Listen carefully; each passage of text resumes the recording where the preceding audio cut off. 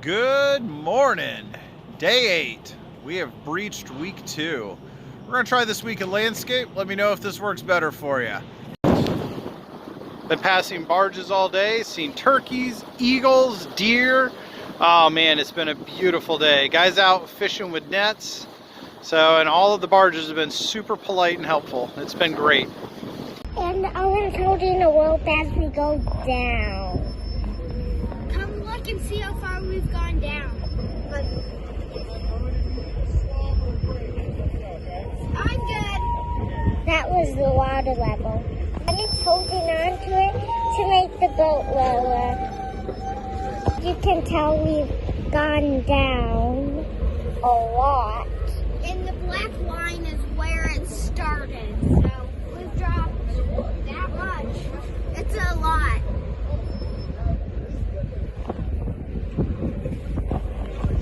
So yeah. How are you? Good. What are you doing? Seeing the way they sewed my sweatshirt, pants, and socks. Bald eagle! It seems that mild forms of insanity are beginning to set in. All right, day 8. We dropped about 80 feet today with 3 locks, and we ended up just outside of Ottawa. Kind of fun adventures for the day. We're at Heritage Harbor. Beautiful marina to stay at, nice deep waters, works really well, great amenities. The other fun thing was we met a dude who is kayaking from Nova Scotia through the Great Loop and all the way back. So anyway, it was just a beautiful, great day with sunshine, and we are looking forward to a day of rest. It'll be wonderful.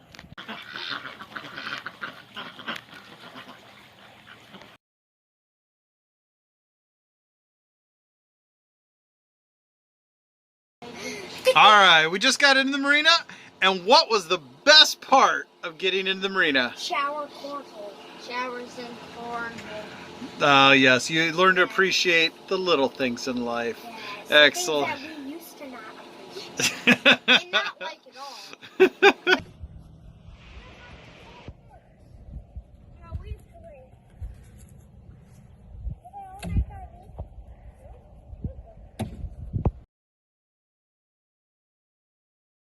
Good morning and welcome to day 9. Yes, we thought we were maybe going to eke out and get ahead of it, but no, frost and freeze did catch up to us. So it was a little chilly this morning. The hose had some ice on it and it was a little bit crunchy, but the water still flows. 3, 2, 1,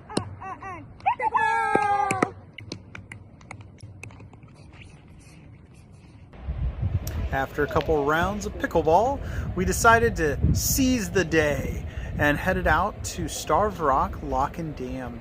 Checked out the visitor center, picked up a Upper Mississippi map book, and then headed over to the state park to hike the trails. That's right. Oh yes, in the 4th gear. You got this. Roger, welcome. Oh, look at the pelicans, man. White pelicans out here on the Mississippi River.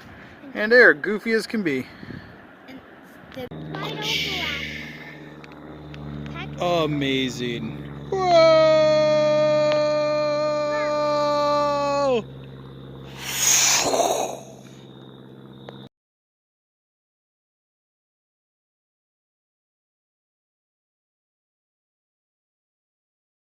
Back up. We're 13,000 steps into this walk today, and when they did this, they should have had a sign that said, hey, you know how many steps there are to climb today? Okay, think of a lot, then double it. You're still not there. One of the fears of my children is always, are we there yet? I mean, look at this one. Forlorn on the log. But what is my famous saying? We don't get there till we get there. No. But I wish we were just No, there. we're almost there. You're right. I don't know where, but we're almost there. We're All right, so Annalise, today we were packing essentials for a hike. What all did you put in your backpack? Coloring supplies, 2 water bottles. Just the rockscape around here is just incredible. And like the trees growing out and over. It is just amazing. And pictures just don't do it justice. Like, just think of how cool this looks times 10. Because the colors just don't show up in a camera right.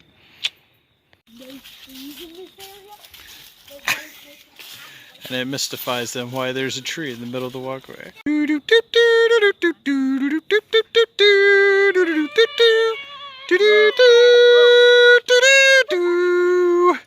We made it. See, I told you we were almost there. Here we go, day 10, off and running. So we're going to be hanging out in port for a couple days. So we decided to kind of run through some of the mods and other things that we've done to the boat and essentials that so far we've found and things that have been completely worthless to bring on the trip. So in retrospect, we probably could have started with some of that and started the videos earlier, but you know what? We're just going to take you along for the ride.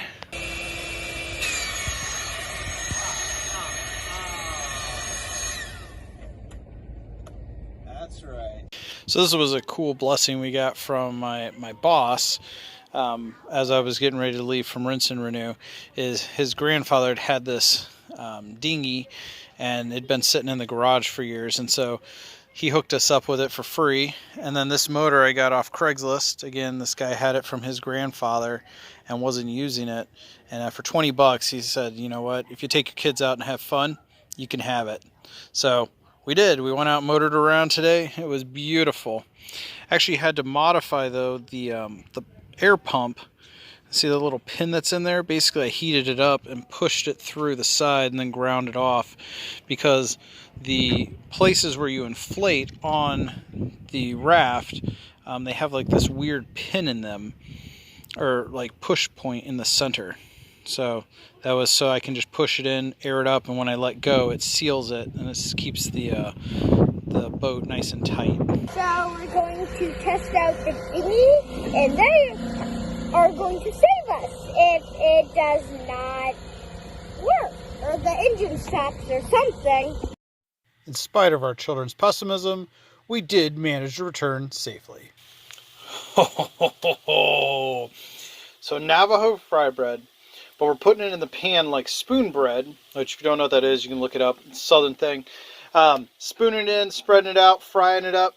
Simplest recipe I have ever done in my life. Self-rising flour, 2 cups, 1 cup of water, stir it up, spoon it in. Oh my word. Yes, let's just say my cardiologist is not pleased, but I am very happy. Jacques Cousteau meets Martha Stewart, baby. Cooking cookies on the boat. We're going to slather them up with icing and make some little whoopie pie giant Oreo cookie things. Oh yeah! Good morning, or maybe evening. Day 11. So, we are hanging out with family and friends. We're not on the move today, and so we're going to kind of catch you up on some of the boat prep that we did at Crowley's in Chicago just prior to us leaving. It was just something simple, cutlass bearing, and then we had to remove the shaft, and then we had to take off the rudder, and then we had to grind off the rudder and redo the entire rudder, and then paint the bottom of the boat. Oh, it was good times. So, enjoy the show. Started off great as one of our best trips across Lake Michigan.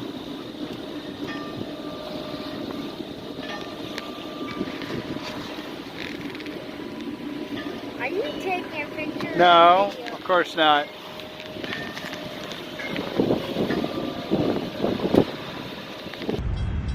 We pulled into Crowley's, spent the night, and the next morning they pulled the boat out. It's a little unnerving when your 20,000 pound boat is dangling by 2 straps. Crowley knows what they're doing. They did a great job. Got it into a cradle, and we began the work of disassembling it. First we struggled with the rudder, and then we pulled out the shaft, got the propeller off and found out that unfortunately the rudder was garbage. Just, there's happy little accidents. Or not, no, they're they're not mistakes. They're happy little accidents, like our rudder. It's a happy little rudder. So we ground it down, refiberglassed it, and repainted it.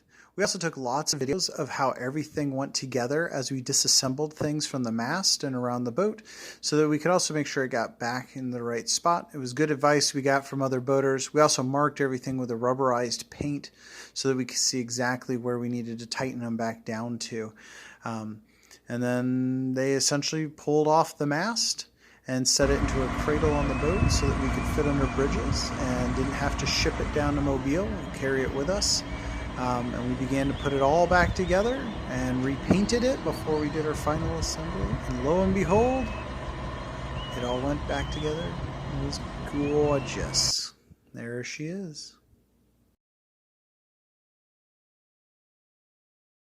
Good evening. Today is day 12. And we wanted to just touch base a little bit more on this idea of Sabbath and how we ended up here. And really it began with this weird idea of tithe. And as we were reading scripture, Leviticus, a really exciting book, it became apparent that tithe was not quite the story that we get at churches. There was more to it. It was more dynamic. And so as we began to explore that, we realized that the real purpose of tithe was not only to honor God and to trust God, but it was also to build community, to take care of the poor, to look out for those who didn't have enough. It actually sounded a lot like what Jesus told people to do when he was here. So as we began to explore that a little, we found that there was this odd thing tied to tithe, that every couple of years they were supposed to save up their tithe and use it for this year of Sabbath and some trips. So as we looked at Sabbath, we started looking at what does a Sabbath mean? What's it for? And we just saw that the Sabbath was for a time to remember what God has done, time of remembrance, retelling what God has done, a testimony, including others and encouraging community, and not leaving anyone out, especially those marginalized, the poor, the widow, the orphan. Those are included in this as a time of celebration and remembering God's goodness. One of the big aspects of the Shabbat, the Sabbath, that the Jewish people celebrated each time was remembering how God had taken care of them. In the wilderness, on the Sabbath, they weren't called to go out and collect their food. They were called to enjoy what God had already provided. So it was a way of making sure and you're trusting in God in all things, remembering that He is the provider whom everything comes from. And as a way of doing that, we have just decided that we're going to trust God this year. We're going to take time to remember Him, worship Him, but then also depend on Him in ways that we've never done before. We saved up for 10 years, should have taken 6, but things happen. And we saved up during that time to take an entire year off. So this is our year of Sabbath. October 1st was my first day without a job, and will in theory continue until next October 1st. And then, I'll start doing what I need to do. We also set up some rules that, like, for instance, we're not supposed to be earning money or working for resources, but instead, we can accept things that are given to us or shared, but we actually are supposed to be generous in this time. And it's a trait that we were working on. And, I've flubbed up a couple times already and missed opportunities, but it is what we're being called to do. And so we're going to strive to do that and hold each other accountable. Good morning. It is day 13, almost 2 weeks in. And today we're going to go visit a friend who has, he helped me bring the boat down from Lake Superior. This spring, 2 buddies and I brought the boat down from Siskiwit Bay, Wisconsin, through the Apostle Islands and to Ontonagon. where we hit a shoal and broke part of the engine while we waited for parts to be overnighted 3 days later. Brian, a local, he helped us out by giving us a dock to stay at and took us out fishing, helped us get to the gas station, find parts. He's just an all-around great guy, local hospitality. When we left, we got hit by an unforecasted gale that had 8 to 12 foot seas. Everything in the boat moved except the Stanley coffee maker, champion of the sea. So the weather up there was just almost unnerving. I mean, days were foggy, they were bright and hot, they were freezing cold, really windy, dead calm. It was just really hard, and the weather guy was always wrong. You can see why there are more shipwrecks here than anywhere else in the U.S. We actually went directly over where the Edmund Fitzgerald had gone down years prior. This was one of our better balanced meals. Due to the stress and just changing conditions, we often actually found we didn't eat very much. It was really neat to see the big boats, the freighters that were coming through, some of the biggest in North America, and some so large they can't even leave the lake. We went to the Sioux Locks, enjoyed every bit of it, Taquamenon Falls, Whitefish Point, and everything touristy that you could imagine. It was a lot of fun.